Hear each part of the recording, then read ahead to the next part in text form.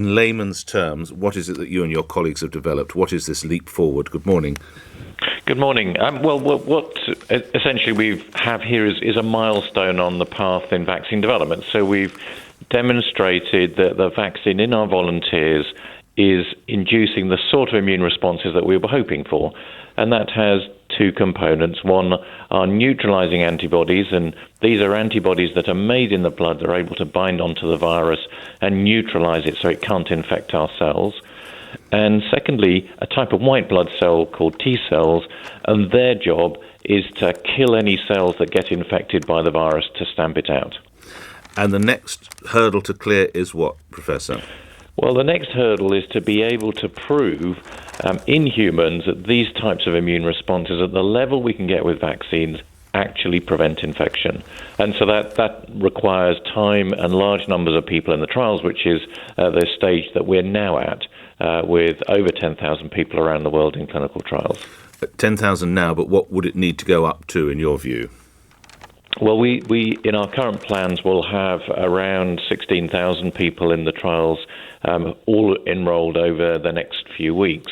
And but with our partners, with AstraZeneca, they will also have trials in the United States of 30,000 people.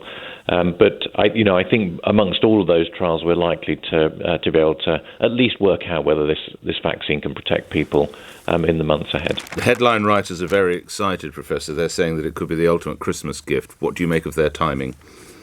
I think it's extremely difficult to make absolute predictions on timing, and that's because in order to demonstrate whether the vaccine protects, we have to have cases accrue in the clinical trials, hopefully in the control group, those who don't get the coronavirus vaccine rather than those who are vaccinated and we hope protected.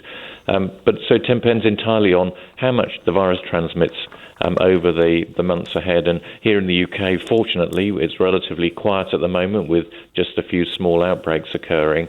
But of course, that could change over the months, and that would mean that we'd get an answer quicker. But it also clearly is not good news for people who get the disease if that happens.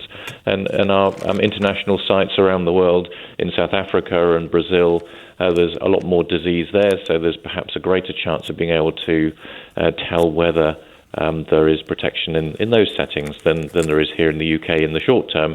But I hope in all sites we'll get a good signal. And lastly, Professor, the millions of pounds that have been spent by the government buying millions of vaccines from other manufacturers in the world, do you see that as prudent, or perhaps should they have sat on their wallet for a while?